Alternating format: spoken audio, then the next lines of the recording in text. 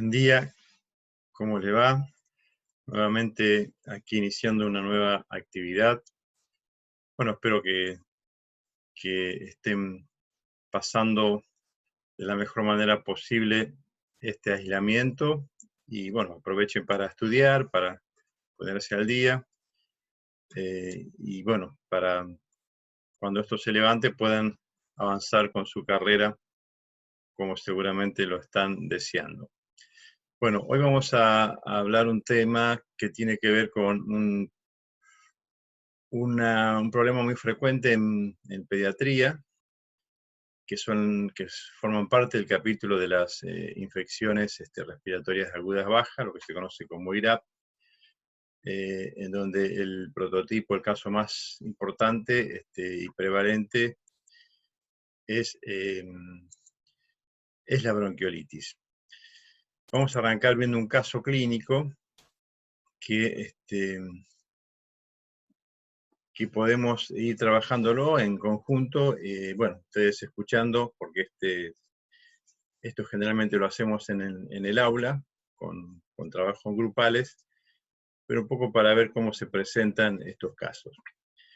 Bueno, aquí tenemos al paciente Lucas Santiago, que tiene 2 meses y 10 días de vida, que el motivo de consulta o de ingreso fue dificultad respiratoria y fiebre, y que comienza hace 5 días con un catarro de vías aéreas superiores. En ese momento no tenía fiebre, y consulta a las 48 horas al centro de salud porque tenía un poco más de tos, en donde le indican vapor y control, digamos. En el día de la fecha, consulta nuevamente a la unidad sanitaria, donde lo ven desmejorado, con fiebre y dificultad respiratoria, motivo por el cual es derivado al hospital para internación. Dentro de los antecedentes del recién nacido de término, que pesó 3.050 gramos, un parto normal, tenía ictericia neonatal, pero no requirió luminoterapia, tuvo un Apgar de 9-10, la alimentación tuvo lactancia, pero además le han incorporado leche de vaca, la vacunación tiene el esquema hasta únicamente de BCG y hepatitis B, recordemos que tiene 2 meses y 10 días. Bueno, el niño se encuentra al examen físico irritable, febril, taquimneico, con exceso de tos. El peso actual es de 4.700 gramos, la temperatura 38,5 y la frecuencia respiratoria 64 por minuto, la frecuencia cardíaca 140 por minuto. Bueno, la cabeza no tiene muchas cuestiones a destacar, salvo la secreción serosa por fosas nasales y las fauces congestivas. Y en el aparato respiratorio se observa un tiraje universal y cabeceo, auscultación abundante, sibilancias en ambos campos pulmonares, expiración prolongada y rales subcrepitantes vivasales. El abdomen, bueno, se palpa el hígado por 3 centímetros por debajo del reborde costal y el vaso a 2 centímetros. El resto del examen no, sin particularidad. Bueno, la pregunta inicial que ustedes deberían responder es ¿qué conducta tomarían con Lucas? ¿Qué diagnósticos probables y qué estudios complementarios solicitarían? Bueno, como sabemos es un lactante que está con un cuadro grave, ya vamos a ver en el transcurso de la clase cuál es la manera de clasificar este cuadro de dificultad respiratoria a través de un score. Pero sí nos encontramos con un lactante que está bastante grave en términos de dificultad. Por eso lo catalogamos como un cuadro de dificultad grave, grado 3.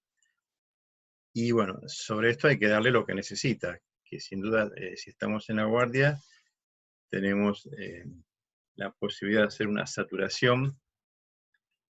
Seguramente va a dar baja, así que hay que darle lo que necesita, que es oxígeno. Oxígeno. Y después hacer, mientras tanto, ver la evolución. Seguramente va a recibir un tratamiento con beta 2 por las sibilancias, y luego observar y ver la evolución.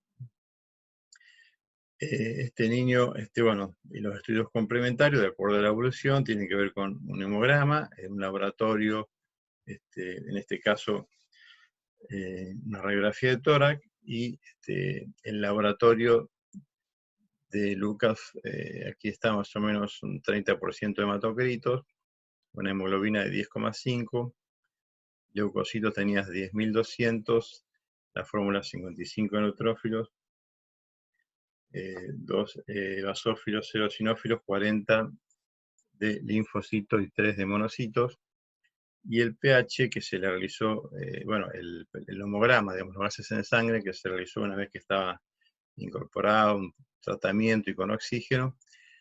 Ahí tienen un pH de 7,30, una PO2 de 58, una PCO2 de 43, un bicarbonato de 20 y un exceso de base de menos 0,05.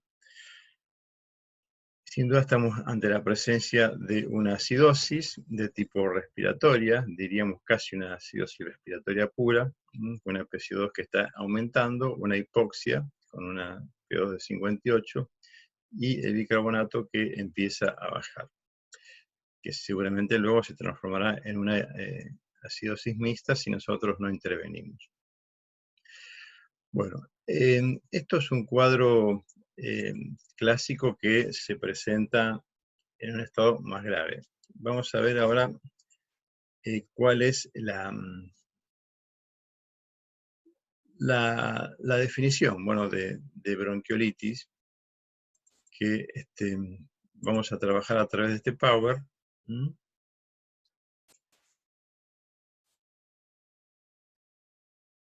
Vamos a ir conociendo nuestra patología a través de esta charla, nuestro problema. Bueno, ¿qué entendemos por bronquiolitis? Es el primer episodio de un lactante que comienza, como vimos en el cuadro, con una infección respiratoria alta y que progresa hacia la aparición de sibilancias. Otra definición es como una inflamación difusa y aguda de las vías aéreas inferiores, que tiene que ver con un primer episodio de sibilancias, asociados a una infección viral en un niño menor de 2 años. La Academia Americana de Pediatría habla como una enfermedad asociada con sibilancias precedidos de signos y síntomas de infección respiratoria alta y que aparece durante los primeros años de vida. Esto más o menos la definición que hay cierto acuerdo en cuanto a esta definición.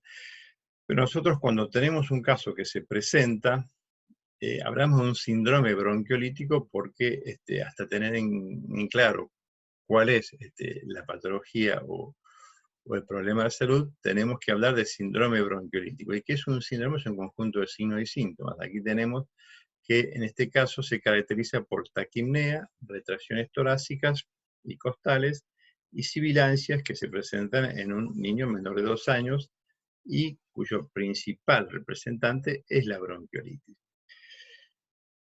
Pero también podemos tener algunos problemas o asociaciones con otro tipo de patologías. El primero es la bronquiolitis. Podemos estar en presencia de un asma, esto sin duda hay que tener en cuenta los antecedentes de atopía y los cuadros que pueden ser, en este caso, bronquitis obstructivas a repetición.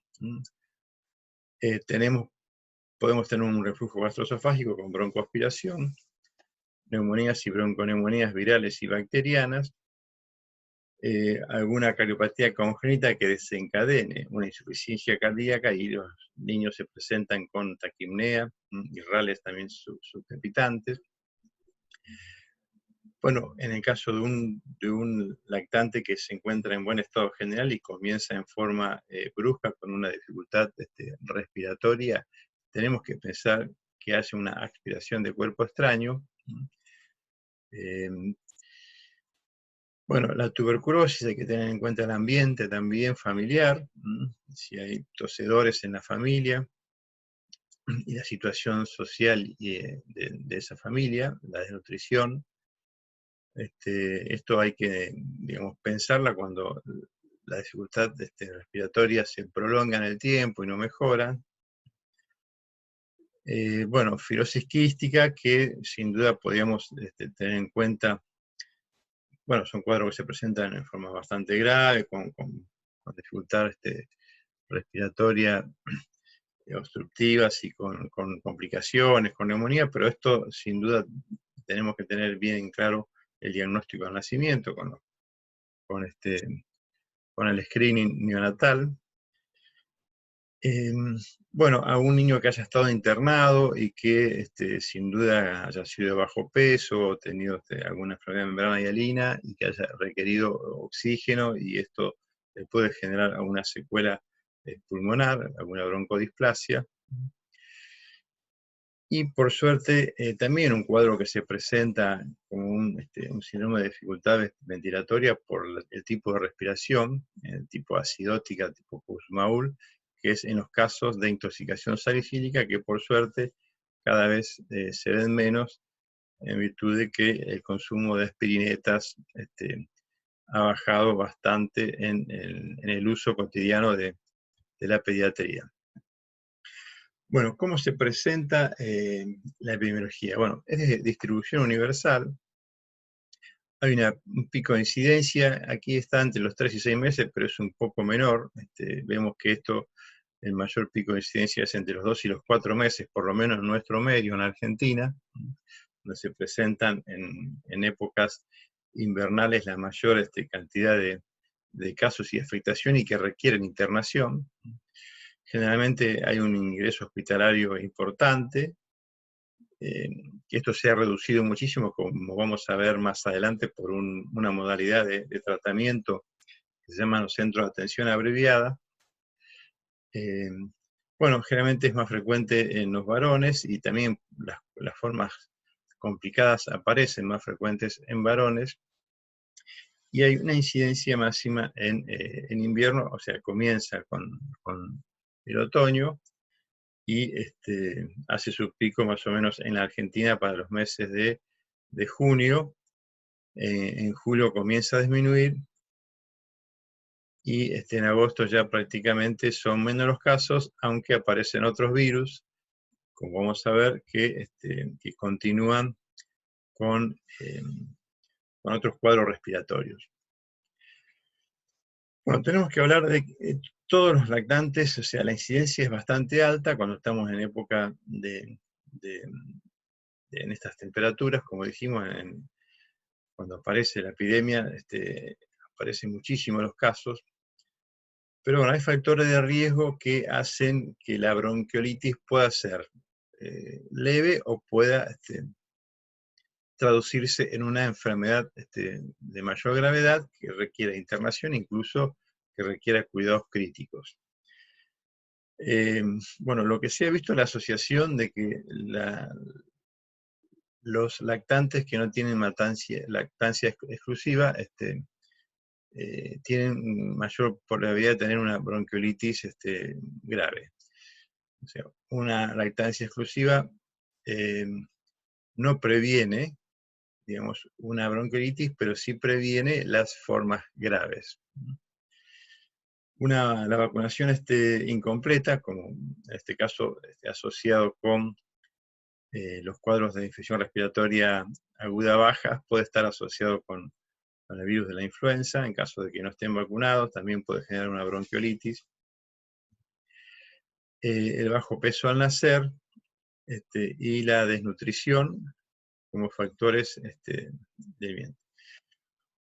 ¿Cuáles son los factores de riesgo del ambiente? Esto para todas las infecciones respiratorias bajas o altas, ¿no?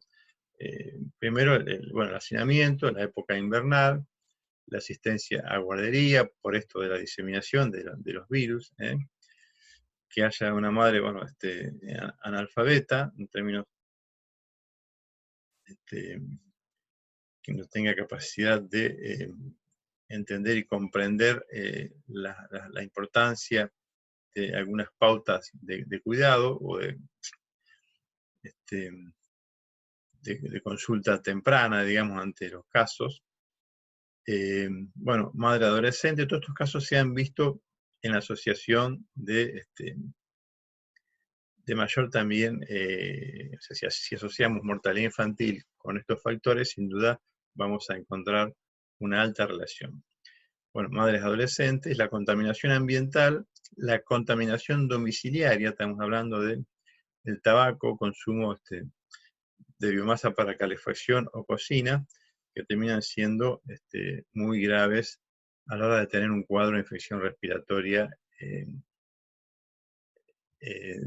el hogar. Bueno, los diferentes estudios aquí nos hablan de los más frecuentes. En el caso del virus sincitial respiratorio, es por lejos muchísimo. Su incidencia es del 70% en algunos estudios. En Argentina, cuando empieza la epidemia, es esa más o menos la proporción.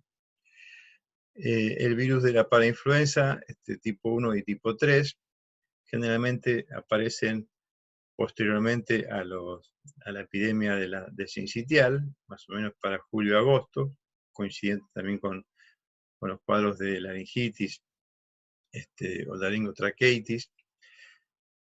El adenovirus puede aparecer en cualquier momento. Lo que hay que decir es que el adenovirus es un virus que genera un daño menor en el árbol respiratorio, produce una necrosis alveolo-capilar, y estos niños tienen, son cuadros graves que pueden llegar a quedar con secuelas por la afectación de su árbol respiratorio, y si se produce alguna, en alguna neonatología, si no tenemos los cuidados preventivos, esto puede generar un grave daño en varios lactantes internados en una terapia intensiva. Bueno, el rinovirus, también como frecuente. Micoplasma, bueno, como está acá, no es un virus, pero generan cuadros muy similares. Aquí hay que tener en cuenta también cómo es la presentación de cuadros en adultos, con cuadros de dificultad de tos, y que esto se expresa con, ¿se acuerdan la disociación clínica radiológica? Pueden generar cuadros con radiografías con atelectasias o infiltrados broncopulmonares, pueden dar cualquier tipo de presentación. El caso de la influenza, bueno, acá habla de tipo A, pero sabemos que la influenza ya se ha instalado a partir de la epidemia del año 2009 con el H1N1, puede ser la influenza A, la B o el H1N1, que para esto se ha implementado las campañas de vacunación justamente para evitar, porque se vio que más o menos un 10% de las bronquiolitis en los pequeños, incluso en algunos casos mucho más, tenían que ver con el virus de la influenza. Bueno, en los últimos años se ha identificado un nuevo virus, que es el metaneumovirus humano, que también generan cuadros muy similares, incluso en algunas series están cerca de un 10% de la prevalencia, de la incidencia, perdón, de este virus. Y los enterovirus, que también pueden generar algún cuadro de dificultad respiratoria y asociado generalmente con diarreas. Bueno, como dijimos, 70-80% de los casos de sincitial respiratoria. Hay dos tipos, es un virus RNA, tenemos el A y B, que el A produce epidemias todos los años y el B hace como un pico cada 2 o 3 años, y bueno, que producen una mayor agresividad, el tipo A. ¿Cuál es la patogenia? ¿Qué ocurre cuando ingresa el virus? Bueno, como toda infección viral respiratoria, el virus entra por las vías respiratorias altas, ingresa a los bronquiolos pequeños, donde empieza su replicación. Esto genera una necrosis del epitelio respiratorio con la regeneración de células no ciliadas, y hay un proceso inflamatorio sobre el peribronquio, que genera, digamos, que el aire pueda ingresar y no pueda salir. Esto genera unidades que están bien ventiladas, pero mal perfundidas. Esto es por la presión de esto sobre el capilar. El proceso puede continuar, se generan detritus y acumulación de mocos, y esto puede aumentar estas secreciones y generar una obstrucción intrínseca de las vías aéreas, generando atelectasias. Pueden ser microatelectasias, o si es muy importante, puede llegar incluso a haber atelectasias mucho más grande, incluso hasta el lóbulo de un lóbulo completo del campo pulmonar. Esto genera entonces lo que conocemos con esta alteración de la ventilación-perfusión. O sea, tenemos unidades que están bien ventiladas pero mal perfundidas, o en el caso de las unidades con atelectasia, que se encuentran mal ventiladas porque están totalmente, digamos, obstruidas, y bien perfundidas, que genera esta alteración de la ventilación-perfusión. Esto genera aumento del trabajo ventilatorio, mayor esfuerzo muscular, la necesidad de aumentar la frecuencia respiratoria y los músculos accesorios, como para garantizar la aspiración, digamos, la salida del aire y la inspiración. Se ha visto también que hay una hiperreacción bronquial que podría ser el resultado del daño viral directo, digamos, del epitelio, que esto generalmente con el tiempo van generando este daño podría explicar la recuperación, como que queda una sensibilidad mayor y que las vías respiratorias pueden quedar dañadas, y ante un nuevo episodio, un nuevo virus, con la presencia de otro, porque se pueden llegar a repetir, incluso se ha visto, sincitial respiratorio puede generar otros episodios, como que no genera una inmunidad permanente, y esto sí va a generar una respuesta de hiperreactividad bronquial que se puede sostener por un tiempo prolongado, incluso por algunos años.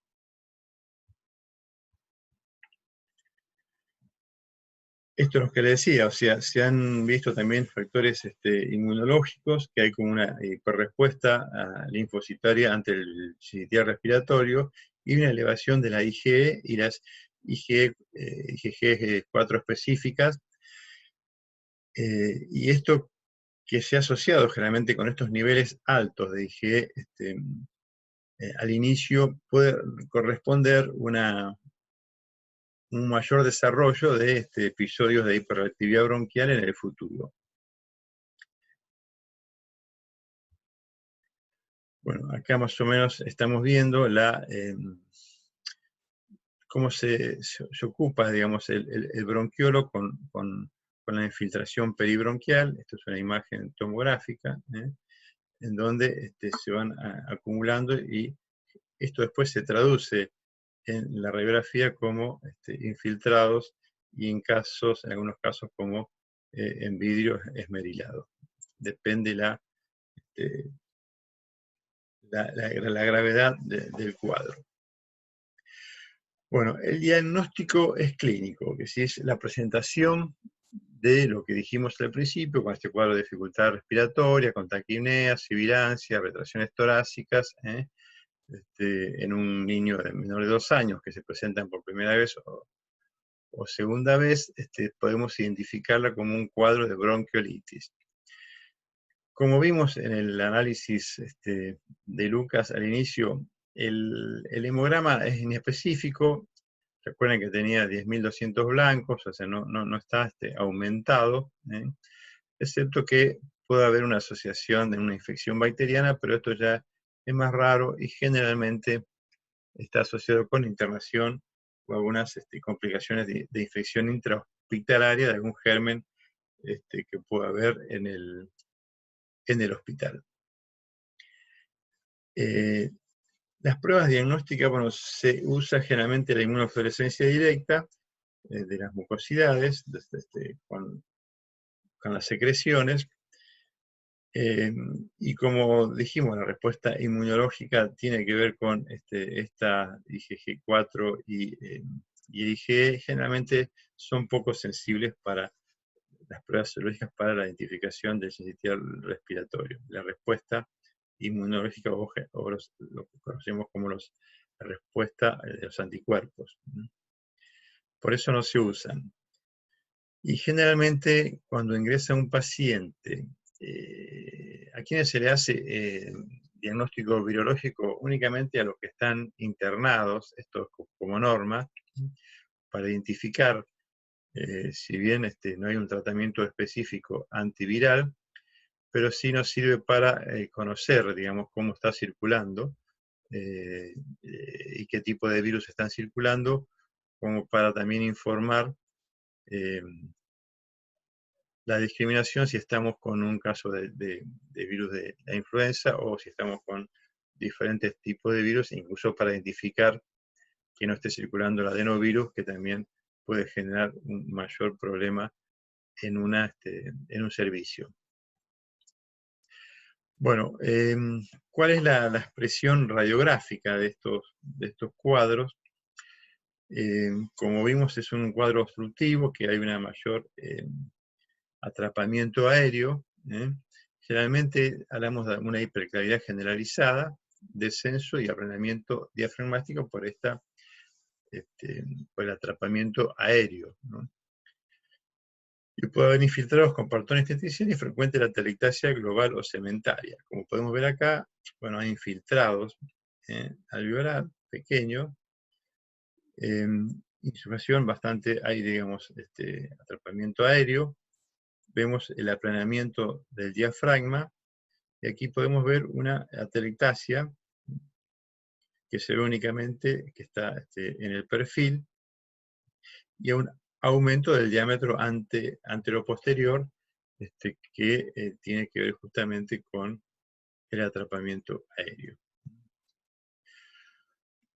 ¿Cómo identificamos la gravedad de estos cuadros? Yo les hablé al principio en el caso, cuando vimos el caso clínico, que hay que utilizar un score de tal. Al principio se usaba uno solo con el tema de la frecuencia respiratoria, después se hizo el modificado, que tiene que ver justamente con la frecuencia respiratoria, que tiene un lactante pequeño. Ustedes saben que recién nacido puede tener una frecuencia respiratoria entre 40 y 50 por minuto, y después esto va disminuyendo con el tiempo hasta que conocemos la frecuencia respiratoria del adulto, entre 16 o 18 por minuto. En este caso, el lactante, si es menor de 6 meses, perdón, es hasta 40 es normal, y si es mayor de 6 meses, hasta 30 respiraciones por minuto es normal. Entonces, en función de esto vemos la frecuencia cardíaca, que lo normal es hasta 120.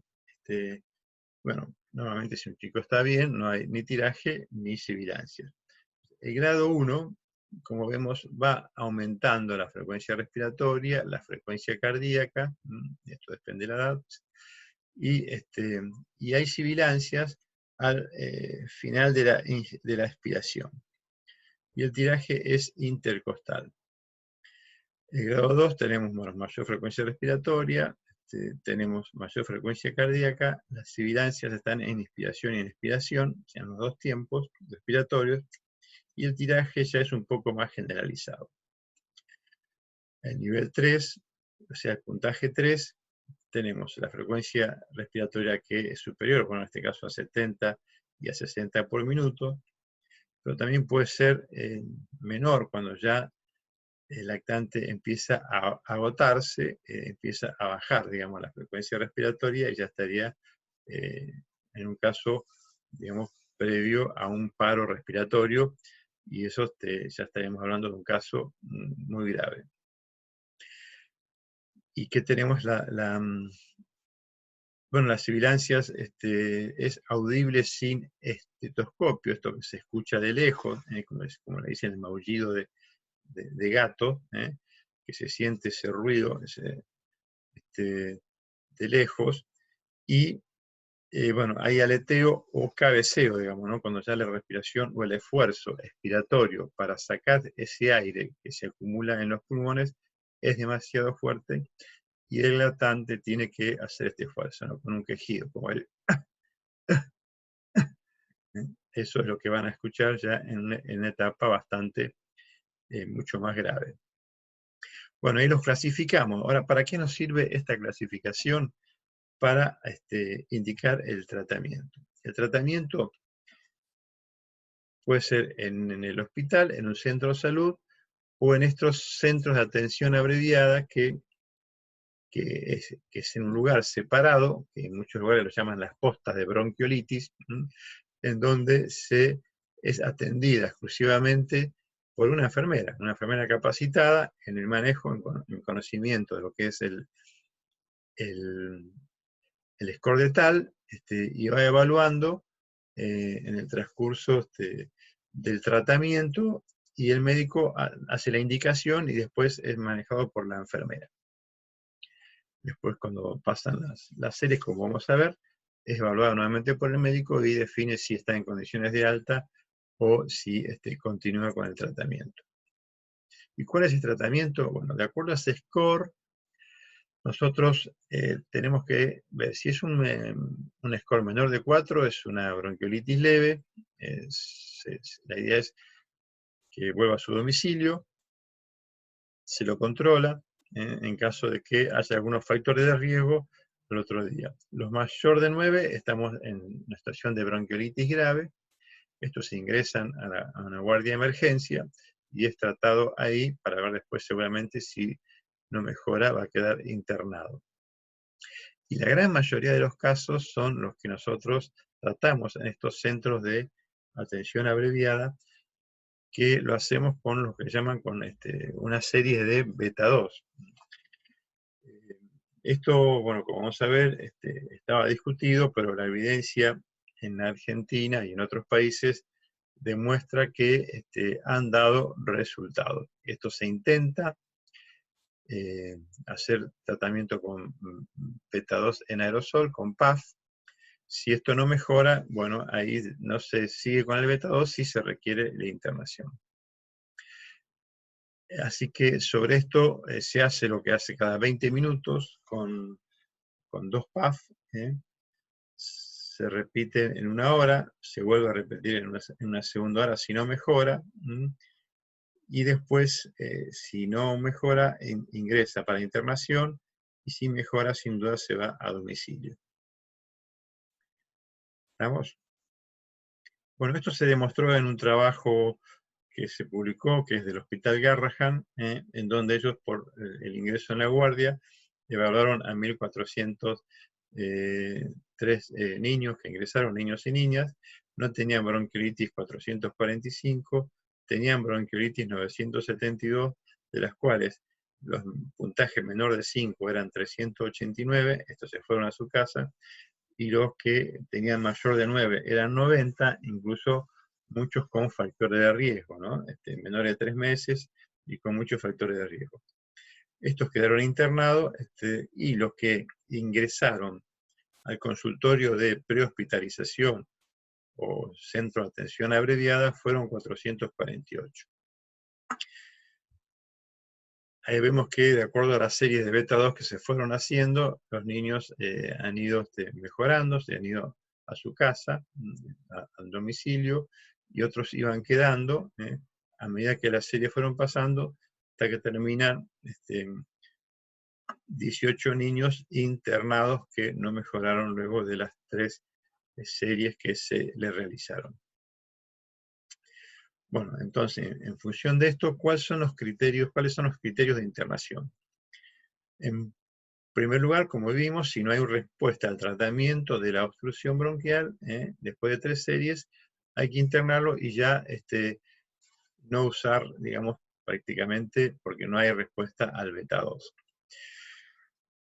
¿Y cuál es lo más importante? Es el tratamiento de la hipoxemia. Digamos. En muchos trabajos, incluso muchísimos trabajos publicados en muchas revistas, hay mucha discusión con respecto al tratamiento con beta 2. Como dijimos nosotros, en la Argentina, con respecto a algunas evidencias, esto se sostiene al día de hoy. Pero lo que sí hay que tener en cuenta es que no puede haber ausencia del tratamiento con oxígeno en los casos que ingresan a la guardia. Y esto lo manejamos con la saturación de oxígeno. Si tenemos saturación que está por debajo del 92%, internación. Entre 92 y 94, que serían los grados moderados seguramente, se consideran de riesgo padecer la internación de acuerdo a la evolución del tratamiento. Y mayor de 94 generalmente se puede manejar en forma ambulatoria. Bueno, como dijimos, otro criterio de internación es el mayor de 9 en la escala de Tal. Historias de apneas, esto hay que tener en cuenta que son lactantes muy pequeños, recién nacidos o hasta menores de 2 meses que pueden presentarse con cuadros de apneas. Esto es grave y hay que internarlo. Niños que presentan cianosis. Bueno, la imposibilidad de alimentarse, también está hablando de que estamos ante un caso de una bronquiolitis grave. Y la presencia del factor de riesgo. ¿Esto qué quiere decir? Que si tenemos algunos casos que cuenten con estas patologías, o sea, situación de pobreza o que no hay condiciones como para que, a pesar de ser una bronquiolitis moderada, las condiciones sociales, ambientales, hacen que ese lactante no pueda volver a su casa, porque estamos en invierno, porque no tiene cómo abrigarse, no tiene calefacción, y hay otros factores asociados, entonces es mejor que se quede en el hospital. Bueno, después los factores de pronóstico grave, si hay enfermedades previas, preexistentes, ¿no? Cardiopatías congénitas, enfermedad pulmonar, fibrosis quística o displasia broncopulmonar, esto van a generar cuadros graves, inmunodeficiencias, enfermedades congénitas del metabolismo, enfermedades neuromusculares o desnutrición severa. Estos cuadros son los que pueden terminar con el fallecimiento o una muerte infantil. Por eso la importancia de anticiparnos. Vamos a ver después que en estos casos hay tratamientos previos. ¿Cuáles son las complicaciones más frecuentes? Bueno, como vimos, por el proceso fisiopatológico, la acumulación de secreciones y de moco son atelectasias, que pueden ser pequeñas atelectasias o, en este caso, como se observa, una atelectasia del lóbulo superior derecho del segmento apical. Puede haber deshidratación, esto por una taquipnea, y en niños y niñas que no recuperan líquido, porque no pueden alimentarse, porque no pueden tomar el pecho. Así que tener en cuenta, es una deshidratación hiperosmolar, porque hay una mayor cantidad de pérdida de agua libre. Y la infección bacteriana, que es poco frecuente, como dijimos anteriormente, únicamente en casos de internación. La bronquiolitis, el pronóstico, bueno, generalmente es benigna, autolimitada, y dura el foco de mayor gravedad, aparece en los 2 o 3 días, y después empieza su recuperación, que lleva más o menos de 10 días hasta 14 días, puede persistir algún cuadro de tos o secreción de moco. Generalmente no se asocia a la producción de secuelas pulmonares, pero sí, como dijimos, generalmente si hay una infección de un adenovirus, esto puede generar sí alguna secuela futura, generando lo que sería un futuro EPOC. Como dijimos, el 40-70% de los lactantes, de acuerdo a diferentes series, eso tiene que ver con el lugar, con el ambiente, si es un ambiente húmedo o mayor polución ambiental, se asocian con lactantes con bronquiolitis que presentan sibilancia durante los 2 o 3 años siguientes de un cuadro inicial. Esto depende, como vimos, de la producción de citocinas que puede generar lo que se conoce como futuro desarrollo de asma, y sin duda hay que tener en cuenta también la cuestión genética, antecedentes de atopía en la familia. También, como dijimos, una eosinofilia mayor del 1% también está asociado con episodios que vuelven a presentar broncoobstrucción a repetición en los primeros años de vida. Bueno, ¿cuál es el tratamiento? Ya vimos, la posición generalmente se indica que esté semisentada, para poder mejorar su capacidad ventilatoria. El fraccionamiento de la dieta, esto que tiene que dar el pecho, si da el pecho, darle menos tiempo, pero más seguido, porque el bebé se puede ahogar, digamos, con la tos y las secreciones. Aspiración de las secreciones se indica generalmente en la secreción de las secreciones en fauces, que es importante para que el bebé también pueda respirar mejor. Eso puede ser con una pepita o con una aspiración por una enfermera. Bueno, la corrección del oxígeno, como estamos viendo, esto que tiene que estar humidificado y calentado. Bueno, corrección si hay desequilibrios electrolíticos, y los broncodilatadores, como dijimos, en aerosol, que pueden ser tratados incluso en domicilio, con indicaciones, con la frecuencia de acuerdo a la gravedad, que puede ser cada 4 o 6 horas. Los corticoides, hay muchas publicaciones, está muy discutido. Sabemos que cuando hay episodios a repetición de ingreso por cuadros broncoobstructivos, se usan los corticoides, pero en la bronquiolitis específicamente no se vio mejor evolución con el uso. La kinesioterapia hay que ver, la debe realizar, digamos, está indicada en casos de hacer un buen trabajo de kinesiología a través de los expertos que son los kinesiólogos. Y también generalmente le enseñan a la madre cómo manejar la movilidad de las secreciones como para trabajarlo en su domicilio. La bronquiolitis se puede prevenir. Generalmente la lactancia materna está demostrado que es muy protectora fundamentalmente de las formas graves. No fumar en el domicilio, esto es fatal para los lactantes con bronquiolitis. Y sabemos que el sincitial respiratorio tiene una característica que se transmite mucho más por las secreciones por contacto que por las vías respiratorias, por las gotitas de flujo. Cuestión diferente que es el adenovirus, que sí tiene una distribución por las vías respiratorias. Y el sincitial puede permanecer hasta 6 horas en lugares de contactos. Entonces, esto del lavado de manos, que ahora, bueno, ya sabemos que estamos, por suerte, esta campaña del COVID-19 va a generar mucho más conciencia, y esto seguramente va a repercutir en la disminución de los casos de bronquiolitis en nuestra comunidad. Generalmente las bronquiolitis también disminuyen su incidencia en julio porque coinciden con las vacaciones invernales en nuestro medio, y esto se ve también una disminución de la bronquiolitis. O sea que las infecciones respiratorias tienen que ver con esta transmisión de persona a persona, y en muchos casos tienen que ver con el lavado o el no cuidado o no mantener las distancias correspondientes con otras personas en caso de que estén estornudando o, o como vimos ahora, incluso transmisión por la respiración a muy pocos, o conversaciones a muy poca distancia.